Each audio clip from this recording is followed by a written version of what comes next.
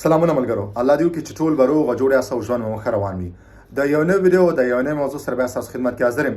ملګرو، نن غواړم په ډېره یو مهمه موضوع باندې تاسو سره یو څو خبرې وکړم.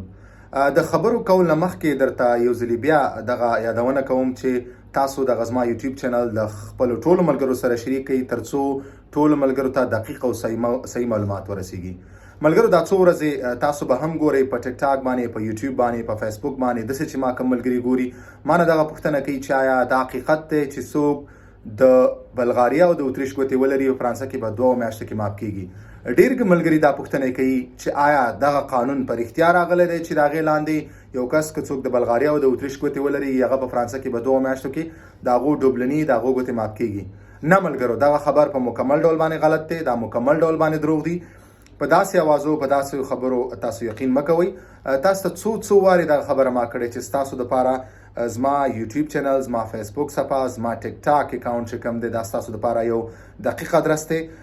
دغسې د ډوبلن په اړه باندې کوم نه دقیق خبر راغلی تر دا دمه، نه کوم نوی قانون جوړ شوی دی، نه کوم د یو رسمي ادرس نه ما تر اوسه پورې کوم خبر اورېدلی دی، او نه په آینده کې هم تر دا دمه کوم داسې خبر شته چې داسې کار به وشي. نو دغه خبرونه په مکمل ډول باندې غلط دي. دا ډیرو ملګرو په منځ کې تشویش پیدا کوي، او بل دا یو دروغ خبر دی. ډیرو ملګرو ته مشکلات جوړیږي.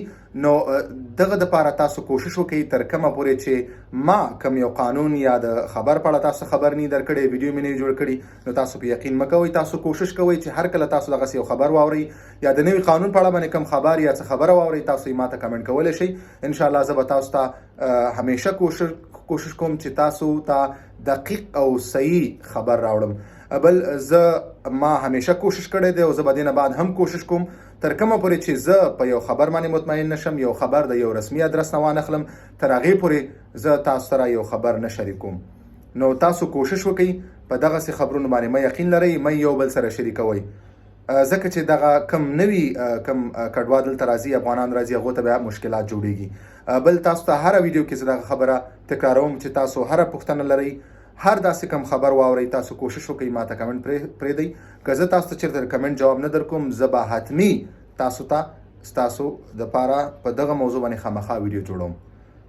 نو مننه ملګرو، تاسو کوشش وکړئ دغه ویډیوګانې د ټولو ملګرو سره شریکې کړئ، خاص کر نوي چې کوم کډوال راغلي هغو سره شریک کړئ تر څو هغو ټول ته دقیق معلومات ورسیږي او د دقیق موضوعاتو نه دوی خبر شي. مننه.